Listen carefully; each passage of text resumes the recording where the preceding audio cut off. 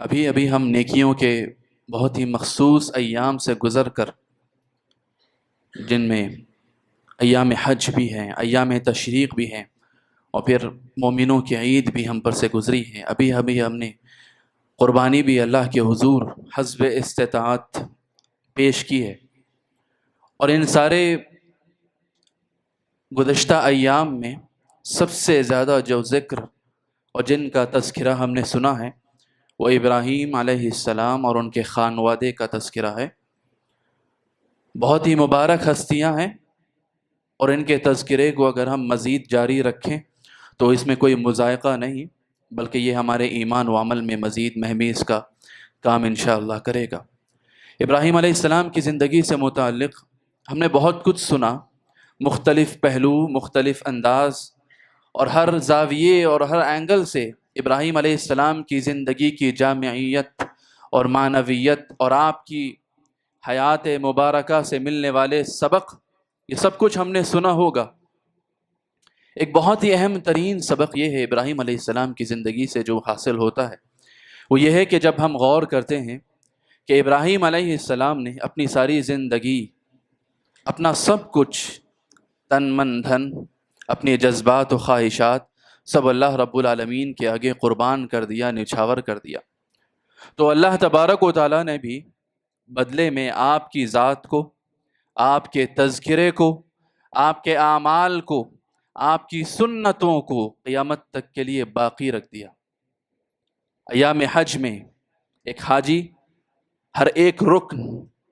ہر ایک عمل ابراہیم علیہ السلام کی سنت کو زندہ کرتے ہوئے کرتا ہے۔ جو حاجی نہیں ہے، جو مکہ مکرمہ تک پہنچ نہیں پاتے ہیں، ساری دنیا میں جہاں کہیں بھی اللہ کے نام لیوا مسلمان موجود ہیں، وہ جب بھی ایام تشریق گزارتے ہیں، اپنی عید مناتے ہیں اور قربانی کے مناسک اور سنن کو تازہ کرتے ہیں، تو وہ بھی ابراہیم علیہ السلام کی سنتوں کو دراصل زندہ کرتے ہیں۔ ہر ایک کام، ہر ایک عمل، ہر ایک عبادت کے پیچھے ابراہیم علیہ السلام کا نام، آپ کی یاد، آپ کی سنت تازہ ہوتی ہے۔ اور امت محمدیہ کو ابراہیم علیہ السلام سے ایک خاص نسبت ہے کہ امت محمدیہ کا نبی مکرم محمد الرسول اللہ صلی اللہ علیہ وسلم بھی دعائے خلیل کا مظہر ہے۔ ہوئے پہلو آمینہ سے ہوئیدہ، دعائے خلیل و نوید مسیحا،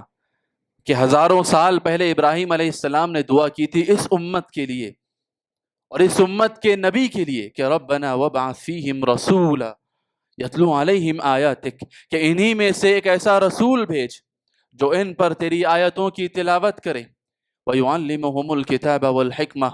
کتاب و حکمت کی انہیں تعلیم دے، وَيُزَكِّيهِمْ، ان کے تزکیے کا، ان کی پاکی اور صفائی کا، ان کی روحانی غلاظتوں سے ان کی تزکیے کا پورا سامان کرے۔ اور ہزاروں سال کے بعد ابراہیم علیہ السلام کی وہ دعا ایک رنگ لاتی ہے، اور پھر اللہ تبارک و تعالیٰ نے مجھ کو، آپ کو وہ شرف بخشا، وہ عزت بخشی کہ میں اور آپ امت محمدیہ میں شامل ہو سکے۔ تو اس خاص تعلق کی نسبت سے بھی مجھ کو اور آپ کو ابراہیم علیہ السلام کے تذکرے کو زندہ رکھنا ہے، بلکہ اللہ تبارک و تعالیٰ نے اسے تا قیامت زندہ رکھا ہے۔ اور سب سے اہم چیز یہ ہے، آپ دیکھیے کہ اللہ تبارک و تعالیٰ نے ان کی ہر ایک چیز کو ریکارڈ کر رکھا۔ صحرا میں، ریگستان میں، ہزاروں سال پہلے ایک اللہ کا بندہ اپنی بیوی اور بچے کو چھوڑ کر جاتا ہے، نہ کوئی دیکھنے والا، نہ کوئی سننے والا، نہ کوئی ریکارڈ کرنے والا، نہ کوئی کیمرہ، نہ کوئی لکھنے والا قلم موجود ہے، نہ کوئی درباری شعراء موجود ہیں کہ قصیدے پر قصیدے لکھتے جائیں اور جھوٹی سچی مبالغہ آمیز تعریفیں کرتے جائیں اور پھر ان کی چیزوں کو یاد رکھا جائے، باقی رکھا جائے۔ کوئی نہیں ہے اس ریگستان میں، اس صحرا میں، سوائے اللہ رب العالمین کے اور ان اللہ کے بندوں کے، ان چند نفوس کے۔ کیسا ایمان، کیسا اخلاص، کیسے عمل کی گہرائی اور کیسا جذبہ ہوگا کہ اللہ تبارک و تعالیٰ نے جو نہ دیکھا کسی نے، اس کی ہر ایک چھوٹی سی چھوٹی تفصیل، اس کی ہر ایک مائنر ڈیٹیلز اللہ تبارک و تعالیٰ نے میرے اور آپ کے سامنے رکھی ہے۔ وہ خانہ کعبہ کی تعمیر کر رہے ہیں، زباں پر دعا ہے، اللہ تبارک و تعالیٰ نے اسے بھی باقی رکھا۔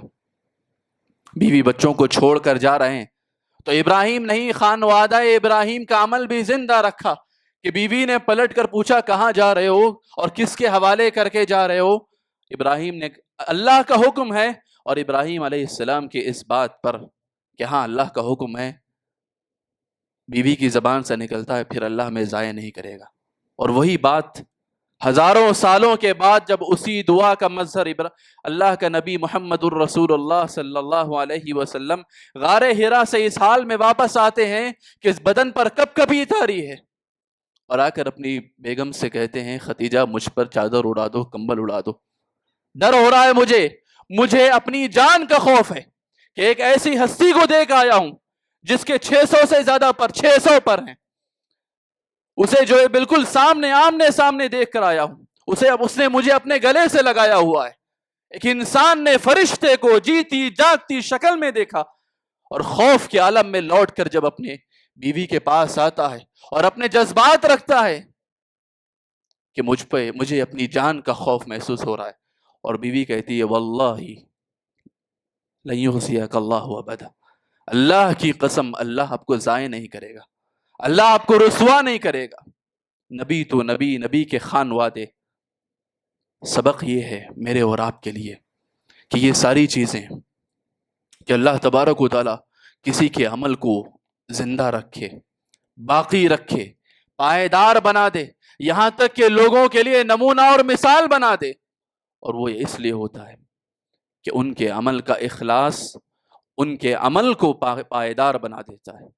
ان کے عمل کا اخلاص ان کے عمل کو زندگی دیتا ہے، اور ایسی زندگی جس میں کوئی موت نہیں ہے، لا زوال کر دیتا ہے۔ اذانیں بہت ہوتی ہیں، کہنے والوں نے کہا، تحقیق کرنے والوں نے تحقیق کی کہ دنیا میں جتنی اذانیں ہوتی ہیں ایک لحظہ ایک سیکنڈ ایسا نہیں گزرتا جب کہیں بھی کسی بھی ملک میں کسی بھی جگہ پہ کسی بھی خطے میں اللہ تبارک و تعالیٰ کی توحید کی وحدانیت کی نعرے بلند نہ ہو رہے ہوں۔ اذان ہوتی رہتی ہے، ابھی یہاں تو کبھی وہاں، لیکن سوال یہ ہے کیا بلال رضی اللہ عنہ کا جذبہ ان اذانوں کے پیچھے ابھی بھی باقی ہے؟ وہ بلال جنہیں اللہ تبارک و تعالیٰ نے ان کا نام بھی باقی رکھا، جب کبھی اذان کی تاریخ لکھی جائے گی بلال کا نام لیا جائے گا، اور کیسی عزت و سرفرازی اللہ نے دی کہ صحابہ اکرام کی مقدس جماعت موجود ہے، بڑے سے بڑا نام موجود ہے، ابو بکر و عمر عثمان و علی بھی موجود ہیں، بدری صحابہ بھی موجود ہیں، بیعت رضوان میں شامل ہونے والے بھی موجود ہیں، اللہ کے رسول صلی اللہ علیہ وسلم کے سامنے اپنی جان نثار کرنے والے، اپنی جان نثار کر دینے کی کوششیں کرنے والے اس وقت تک باقی صحابہ بھی موجود ہیں، لیکن اذن ہوتا ہے، حکم ہوتا ہے، شرف ملتا ہے، عزت ملتی ہے، تو بلال کو حکم ہوتا ہے کہ بلال سے کہو کہ وہ اذان دے۔ اور وہ بلال جو کالا کلوٹا حبشی جسے عرب کی جاہل قوم غلام سے زیادہ نہیں سمجھتی تھی، کل تک جسے لوگ گلے میں رسی ڈال کر مکے کی وادیوں میں گھسیٹتے پھرتے تھے، آج وہ خانہ کعبہ کی چھت پر کھڑے ہو کر اللہ اکبر کے نعرے بلند کرتا ہے۔ یہ عزت، یہ مرتبہ، یہ رتبہ، یہ سرفرازی، یہ شرف، یہ اعزاز، یہ انعام، یہ اکرام صرف ایک چیز کی بدولت مل سکتا ہے، اور وہ چیز ہے میرے اور آپ کے عمل کا اخلاص۔ جتنا عمل مخلص ہوگا، جتنے عمل میں اخلاص ہوگا، جتنا جذبے میں سچائی ہوگی، جس قدر جذبے میں گہرائی ہوگی، اللہ تبارک و تعالیٰ اسے اتنا قبول کرے گا، اسے اتنا زندہ رکھے گا، اسے اتنا پائیدار بنائے گا، اس کے درجات اس قدر بلند فرمائے گا، اور اللہ تبارک و تعالیٰ اس قدر زیادہ اس کے حسنات میں اضافہ کرتا جائے گا۔ یہ ابراہیم علیہ السلام کو جو زندگی ملی ہے، ایسی زندگی جو کبھی مرنے والی نہیں ہے، لا زوال، امر ہو جانے والی، کہ نام نامی ہمیشہ رہے باقی، اور وہ اس لیے کہ ہر ایک عمل اخلاص پر، ہمیشہ اللہ اخلاص۔ اللہ نے کہا جھک جاؤ، اذ قال له ربه اسلم قال اسلمت لرب العالمین، جھک گئے۔ میرا اور آپ کا اخلاص، میرے اور آپ کے عمل میں، میرے اور آپ کے ایمان میں کمزوریاں کیسی ہے؟ ہمارے عمل کی بے برکتی کی سب سے بڑی وجہ یہ ہے کہ میرے اور آپ کے عمل میں اخلاص کی کمی، ہمارے اندر اخلاص کی کمی۔ یہ دیکھیے علی زین العابدین ہیں، عمل کیسا پتہ ہے آپ کو؟ عمل ایسا کہ اپنی زندگی میں 40 گھرانوں، مدینے کے 40 گھرانوں میں راشن تقسیم کرتے تھے اور اناج دیتے تھے۔ صبح جو ہے فجر کاذب میں اٹھ کر اللہ کا بندہ گھر اپنا دروازہ کھولے تو وہاں پر اناج پاتا تھا۔ کسی کو نہیں پتا کہ مدینے کے 40 گھروں میں اناج دینے والا کون، صدقہ و خیرات کرنے والا کون، ان کی امداد کرنے والا کون۔ جس دن انتقال ہوا اس کے بعد لوگوں کو پتا چلا کہ اب جو راشن آنا بند ہو چکا ہے، اناج کی تقسیم بند ہو چکی ہے، جو مدد ملنی بند ہو چکی ہے، وہ دراصل اس ایک اللہ کے بندے کی مرہون منت تھا جو اب اللہ کو پیارا ہو چکا ہے۔ عمل وہ جو لوگوں کو دکھانے کے لیے نہیں، لوگوں کو بتانے کے لیے نہیں،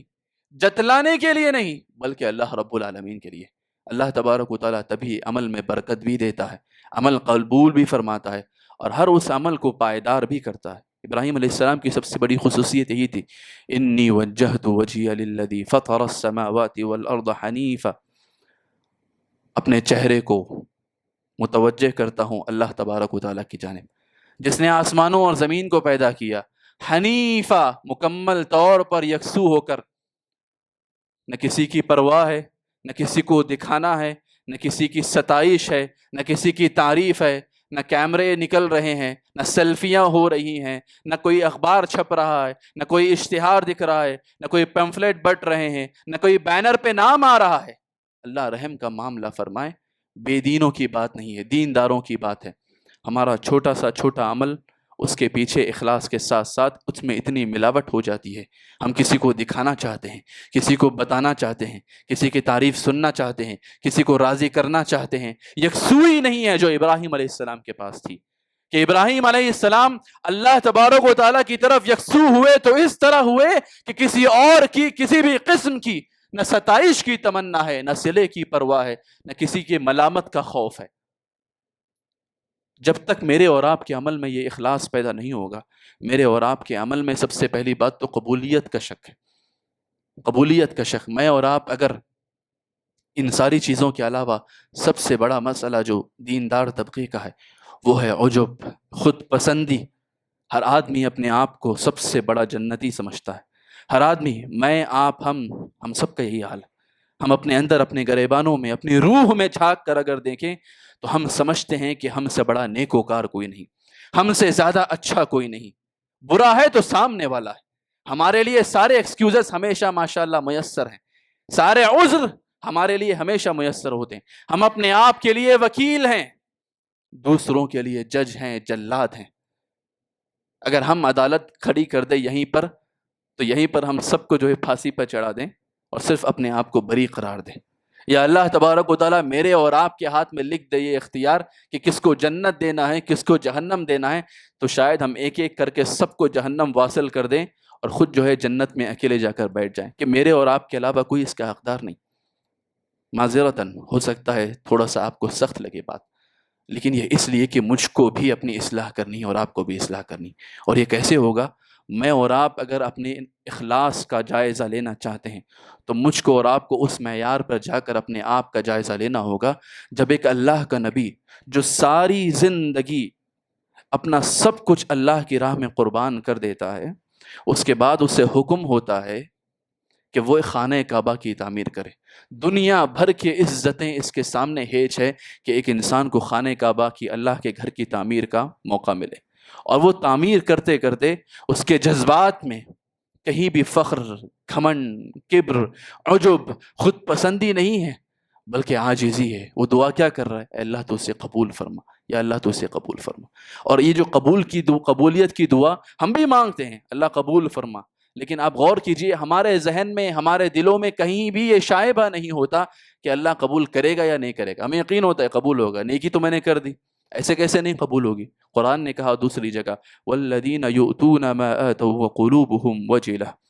کہ جب وہ دیتے ہیں اللہ کی راہ میں، جب کبھی وہ اللہ کی راہ میں کچھ دیتے ہیں، صدقہ کرتے ہیں، یا جب کبھی وہ کوئی نیکی کر گزرتے ہیں، تو ان کا دل، زبان نہیں کہتی کہ اللہ قبول فرمائے، پہلے اس کا دل یہ پکارتا ہے قلوبہم وجلۃ انہم الی ربہم راجعون، ان کے دل کانپ اٹھتے ہیں، کانپ رہے ہوتے ہیں، پتہ نہیں اللہ قبول کرے گا نہیں کرے گا۔ آج رسمن میں اور آپ اپنی زبان سے کہہ پہ اٹھتے ہیں اللہ قبول فرمائے، اللہ قبول فرمائے، لیکن آپ سوچئے کہ ہمارے دل کانپتے ہیں، کہ ہمارے دلوں میں یہ ڈر، یہ خوف ہوتا ہے؟ کتنے ہیں علماء ہیں، امراء ہیں، مساجد کے ذمہ دار ہیں، مدارس سکولز کے ذمہ دار ہیں، اچھی اچھی پوسٹوں پہ ہیں، بڑے بڑے کام کر رہے ہیں، سبحان اللہ، اللہ قبول فرمائے، مزید برکتیں دے، مزید خدمات لیں، لیکن میں اور آپ اگر اپنی نیتوں میں، اپنی روح میں، اپنے گریبان میں جھانک کر دیکھیں تو مجھے اور آپ کو محسوس ہوگا کہ نیکی کرنے کے بعد میرا اور آپ کا دل کبھی بھی خوف سے کانپتا نہیں۔ کیوں نہیں کانپتا پتہ ہے؟ کیونکہ مجھے اور آپ کو عالم ہے تو اسے علم کا نشہ ہے، عابد ہے تو اسے عبادت کا غرہ ہے، دینے والا ہے تو اسے اپنے مال کا نشہ ہے، طاقت ہے، اثر و رسوخ ہے، جاہ و منصب ہے، پوسٹ ہے، کرسی ہے، ہاتھ میں قلم ہے، جس کے بلبوتے پر کوئی وہ فیصلہ کر سکتا ہے، تو اسے اپنی قوت کا، پوسٹ کا، طاقت کا، اپنی پاور کا نشہ ہے۔ اور ہم سب اپنے اپنے حساب سے جس کے پاس جتنے اختیارات ہے اس نشے میں زندگی گزار رہے ہیں۔ مجھے اور آپ کو کسی بھی قسم کا خوف نہیں ہے، جبکہ اللہ تبارک و تعالی مخلصین کی، جو اللہ تبارک و تعالیٰ کے لیے عمل کرتے ہیں، ان کی نشانی یہ بتا رہا ہے کہ جب وہ عمل کرتے ہیں، جب وہ نیکی کرتے ہیں تو نیکی کرتے ہوئے ہی ان کے دل خوف سے کانپ رہے ہوتے ہیں، ان کی زبان سے نہیں نکلتا اللہ قبول فرمائے، ان کے دل خوف سے کانپ رہے ہوتے ہیں۔ اگر میں اور آپ چاہیں کہ میں اور آپ اپنے عمل کو مخلص کریں، خالص کریں، دراصل خالص کریں،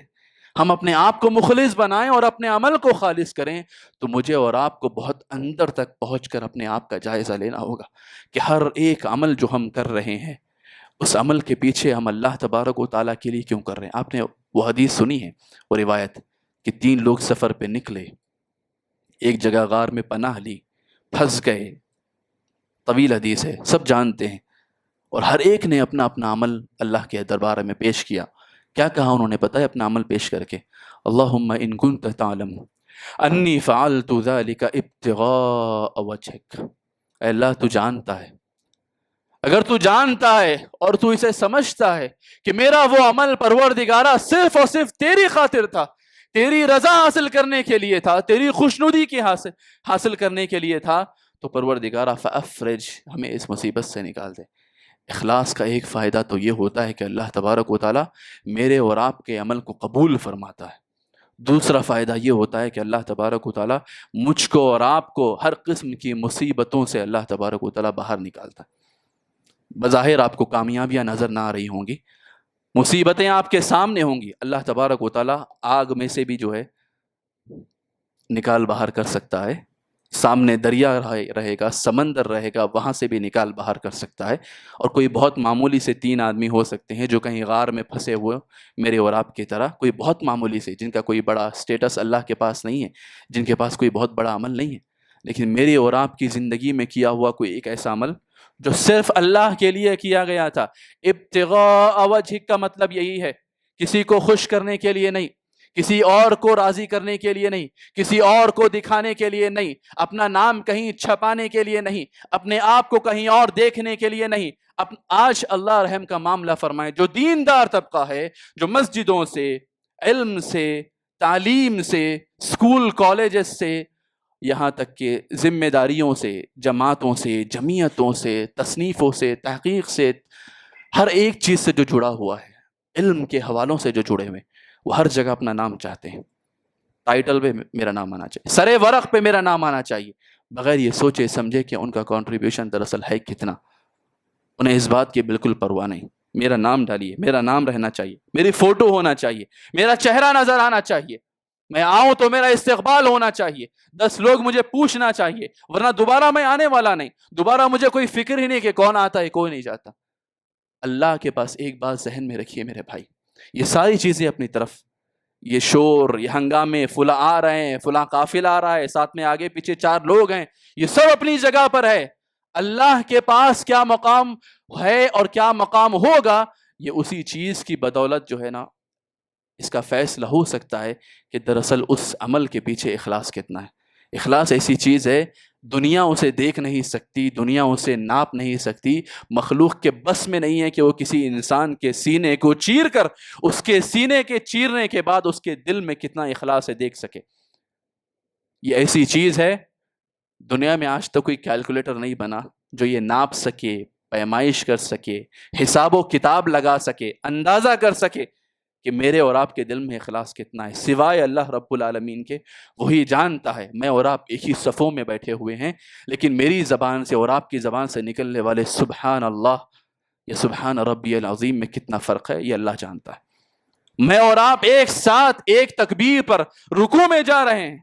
میرے اور آپ کے رکوع میں جانے میں، میرے اور آپ کے خشوع و خضوع میں کتنا فرق ہے، یہ اللہ رب العالمین جانتا ہے۔ میری اور آپ کی جبینیں ایک ساتھ امام کے بعد جو ہے اللہ تبارک و تعالیٰ کے دربار میں سجدہ کر رہی ہیں، یہ اللہ رب العالمین زیادہ جانتا ہے کہ کون کتنا جھکا،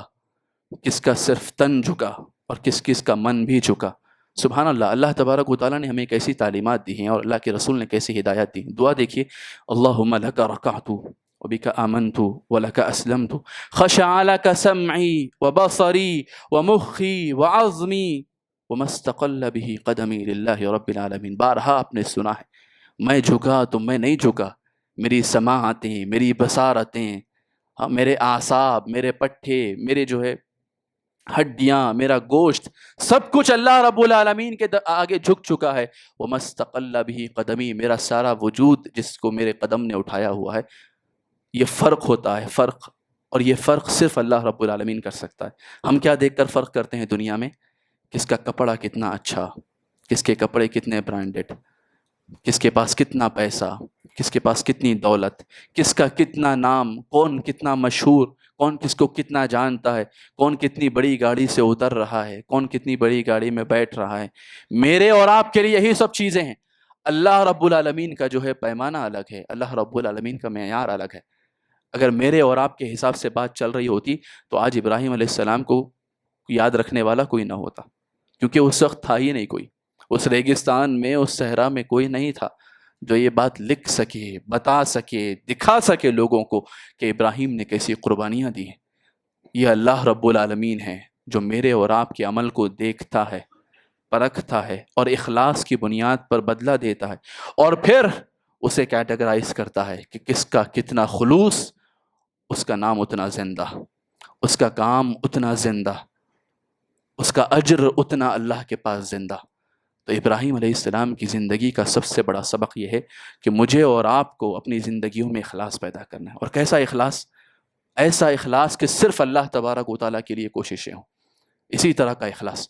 اپنے آپ کو ہمیشہ جو ہے کوشش کرنا ہے کہ ہر عمل کے بعد یہ اللہ کے لیے۔ اللہ کے بندے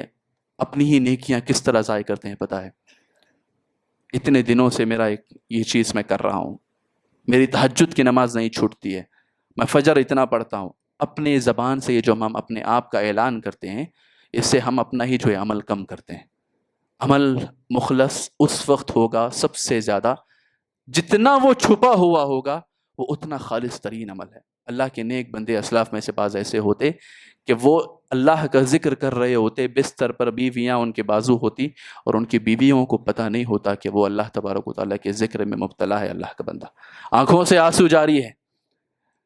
اپنے ہم سفر، اپنی شریک حیات، اپنے دن بھر کی بلکہ زندگی بھر کی جو ہے دکھ سکھ کے ساتھی کو نہیں پتا ہے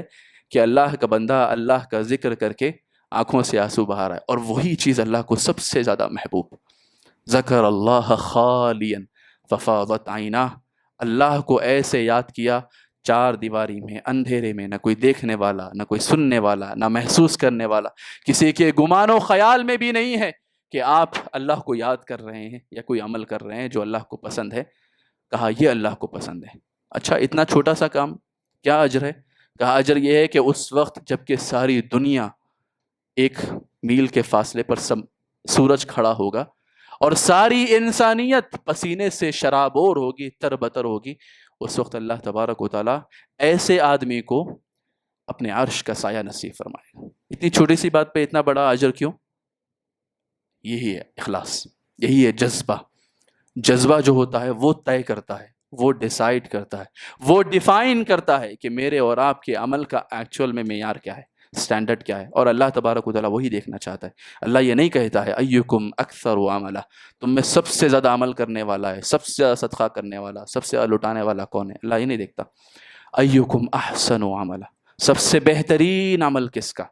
سب سے بہترین عمل کس کا، سب سے اچھا عمل کس کا، سب سے خالص عمل کس کا۔ میرے اور آپ کے لیے سب سے بڑا سبق یہی ہے کہ میں بھی کوشش کروں، آپ بھی کوشش کریں کہ ہم سب اپنی اپنی کمیاں جو اخلاص میں ہیں، یہ دکھاوے کی شکل میں، نام و نمود کی شکل میں، شہرت اور نام طلبی کی شکل میں میرے اور آپ کے اندر در آئی ہے، جو میرا اور آپ کی ہوئی محنت، میرے اور آپ کے کیے ہوئے عمل کو در حقیقت برباد کر رہی ہے اور اس کا اجر کم کرتی جا رہی ہے۔ میرے اور آپ کے لیے بہت زیادہ ضروری ہے کہ بہت زیادہ چھپا کر کچھ ایسے عمل میں اور آپ کریں جنہیں دیکھنے والا کوئی نہیں، جنہیں جاننے والا کوئی نہیں، جسے پہچاننے والا کوئی نہیں، اور جس کا اجر طے کرنے والا صرف اللہ رب العالمین ہو اور کوئی نہ ہو۔ اللہ سے دعا کیجیے اللہ تبارک و تعالیٰ میرے اور آپ کے اعمال کو بھی زندہ اور باقی رکھے، میرے اور آپ کے اعمال کو بھی اللہ قبول فرمائے۔ سب سے بڑی فکر تو یہی ہو، سب سے بڑی فکر تو یہ ہو، پتہ نہیں اللہ قبول کرے گا نہیں کرے گا، اللہ معاف فرمائے۔ کہنے والے کا بھی، سننے والوں کا بھی معاملہ ایسا ہو چکا ہے کہ کہنے والے کو بھی اپنے نام و نمو کی پڑی ہوئی ہے، اور سننے والوں کا بھی یہ حال ہے کہ بہت دن ہو گئے ان کو سنتے سنتے، کچھ نیا سنیں گے، کچھ الگ سنیں گے، کچھ تڑکتا پھڑکتا سنیں گے، کچھ جوشیلا سنیں گے، کچھ جذباتی سنیں گے، اور کہنے والا بھی جو ہے سننے والے جیسے چاہتے ہیں، جیسی ڈیمانڈ ہے ویسی سپلائی فراہم کرنے میں لگے ہوئے۔ ہم سب کا حال بہت برا ہے میرے بھائی، اور یہی بات ہے اخلاص کی سب سے بڑی، اس کا جو ثمرہ ہوتا ہے، اللہ دعا قبول فرماتا ہے۔ ہماری دعائیں قبول کیوں نہیں ہوتی پتہ ہے؟ ہمارے اعمال میں بھی اور ہماری پکار میں بھی خلوص باقی نہیں رہا، ہماری دعاؤں میں اللہ کو پکارنے میں خلوص باقی نہیں رہا، اس لیے ہماری دعائیں قبول نہیں ہوتی۔ دیکھیے دنیا بھر میں ائمہ چیخ رہے ہیں، رو رہے ہیں، پکار رہے ہیں، دعائیں ہاتھوں کے لیے اٹھے ہوئے ہیں، اور بہت ساری وجوہات ہوں گی، اور اللہ کا فیصلہ بھی اپنی جگہ پہ ہوگا، اللہ جب چاہے گا تبھی قبول کرے گا۔ لیکن ہم رو ہی رہے نا، بچپن سے لے کر لسٹ لکھتے جائیے، Chechnya, Bosnia, Syria, Iraq, list بڑھ رہی ہے، بس ملکوں کی فہرست میں اضافہ ہو رہا ہے ناموں میں، دعائیں قبول ہو رہی ہیں، وہ اخلاص باقی نہیں رہا، محبت میں جنو باقی نہیں ہے، مسلمانوں میں خوں باقی نہیں ہے، صفیں کج دل پریشاں سجدہ بے ذوق، وہ جذب اندروں باقی نہیں، وہ جذبہ ہی نہیں رہا۔ وہ جذبہ چاہیے جو بلال کی اذانوں میں تھا، بلال کی اذانوں میں جو جذبہ تھا، اگر ہر مؤذن اس جذبے کے ساتھ اذان دینے لگے، وہ اللہ کے بندوں کے نمازوں میں جو جذبہ تھا، ہر نماز پڑھانے والے اور نماز ادا کرنے والوں میں وہ جذبہ نظر آنے لگے، ان واعظان باصفا میں جو جذبہ تھا جو ہر مقرر اور ہر خطیب کے اندر نظر آنے لگے، اور ان سننے والوں میں جو جذبہ تھا، جو اس لیے نہیں آتے تھے کہ آج ایک فلاں نیا آیا ہے اس کو سنیں گے، بلکہ اس لیے آتے تھے کہ ایک جمعہ کے بعد دوسرا جمعہ اس لیے ملا ہے کہ ہم اور آپ اپنے آپ کو تازہ دم کریں، جو سستیاں، جو گرد و غبار میرے اور آپ کے اوپر چھا گیا ہے، چڑھ گیا ہے، اب اس جمعہ ہم سنیں گے اللہ کی بات، اس کے رسول کا ارشاد، اور یہ فرامین کو لے کر تازہ دم ہو کر، ریفریش ہو کے، تھوڑا سا ریچارج ہو کے، تھوڑا سا اپنی روحوں پر سے گرد و غبار کو ہٹا کر اللہ کے پاس واپس جائیں گے۔ اس نیت کے ساتھ سننے والوں کی بھی جو ہے نا ضرورت ہے۔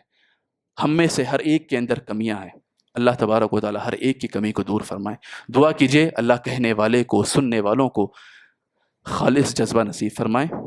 ان جذبات میں سچائی اور خلوص نصیب فرمائے، اور کہنے سننے سے زیادہ عمل کرنے کی توفیق نصیب فرمائے۔ ہم تمام کو اپنی اپنی کمیاں پہچان کر اپنے آپ کی اصلاح کرنے کی اللہ تبارک و تعالیٰ توفیق نصیب فرمائے۔ جہاں کہیں بھی مسلمان پریشان حال ہے، اللہ تبارک و تعالیٰ ان تمام کی مدد فرمائے۔ جو کوئی بھی جس قسم کی بھی پریشانی میں مبتلا ہے، اللہ تبارک و تعالیٰ سب کے مسائل حل فرمائے، سب کی مشکلیں دور فرمائے، سب کی تکلیفوں کو دور فرمائے۔ کچھ وقت میں نے آپ کا زیادہ لیا ہے، اور پہنچنے میں بھی 1 منٹ کی تاخیر ہوئی ہے ٹریفک کی وجہ سے، آپ تمام سے معذرت خواہ ہوں۔ اس دعا کے ساتھ اللہ تبارک و تعالیٰ آپ کے اوقات میں برکت دے، اور اس کے عوض آپ کی زندگی میں، آپ کے مال میں، آپ کے عمر میں، آپ کے گھر بار میں، آپ کی اولاد میں اللہ تبارک و تعالیٰ خیر و برکت کی بارشیں نازل فرمائے۔ بارک اللہ لنا ولکم فی القرآن العظیم ونفعنا وإیاکم بما فیہ من الآیات والذکر الحکیم، انہ تعالی جواد کریم ملک بر رؤوف رحیم رب حلیم۔